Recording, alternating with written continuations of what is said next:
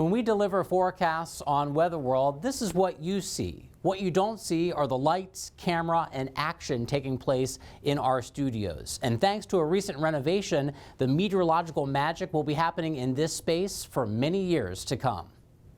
Since 2004, Weather World production has taken place from the Walker Building at Penn State's University Park campus.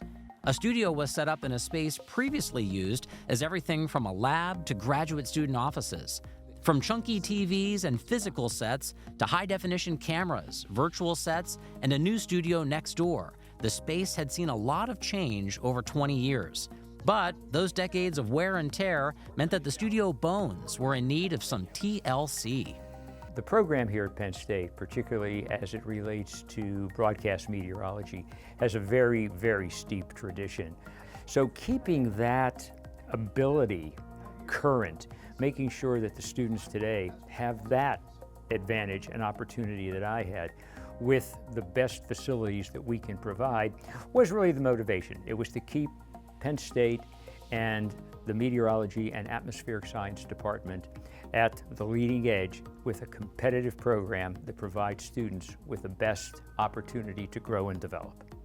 After months of planning meetings involving the construction team in Penn State's Office of Physical Plant, it was time for us to move out and make way for demolition. But remember, we're just meteorologists. We needed to bring in the experts from WPSU to help with this project.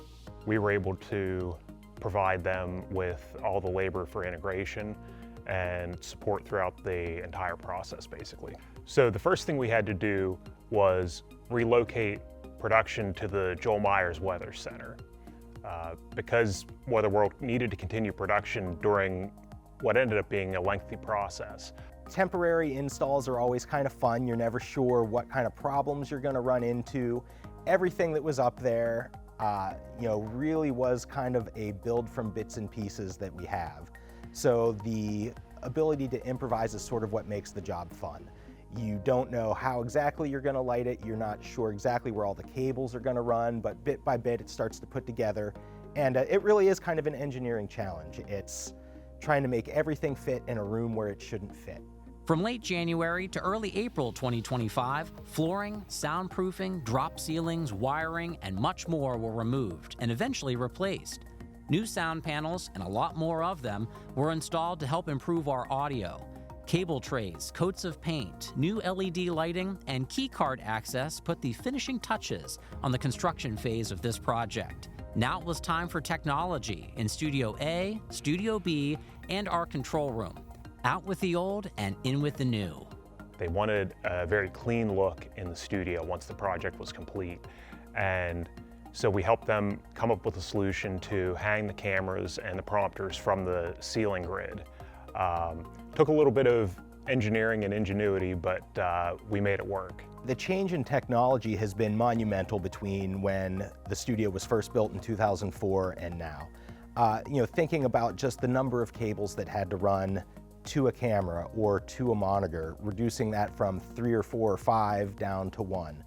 After about a month of help from WPSU with installation and testing, we officially made the move back down to our refreshed studios in early May 2025, just in time for a few of our graduating seniors to deliver one more forecast.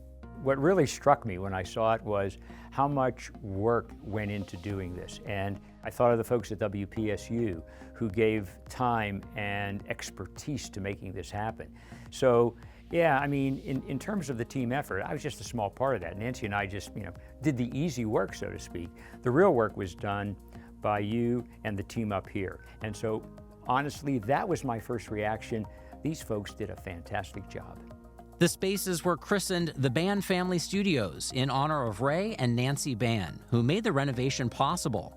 Ray's experience on State of the Weather, Shape of the World in the early 70s inspired his career and motivated his passion for the ever-changing weather communications landscape.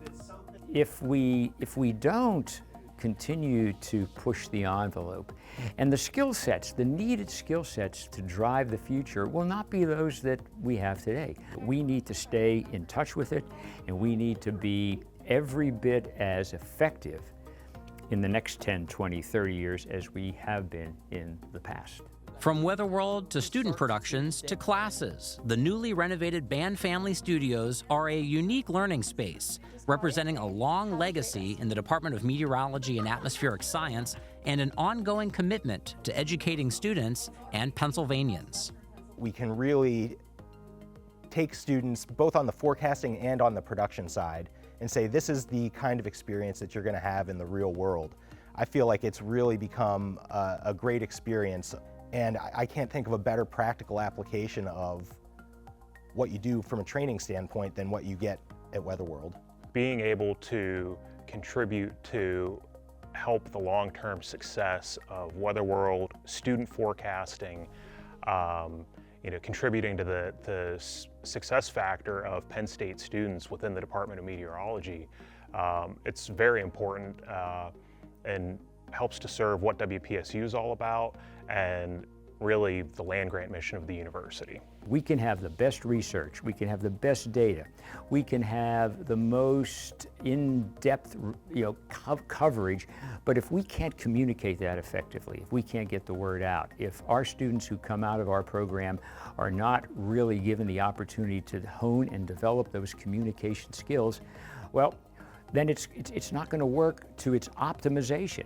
Yeah, we know the weather, we know the climate, we understand the science, but it's vitally important that we get that message across to the people who really need it, to the people who it's going to make a difference to help save lives and property. Our thanks to Ray and Nancy Ban, Penn State, and WPSU for making this successful renovation possible. For Weather World, I'm Rob Lydick.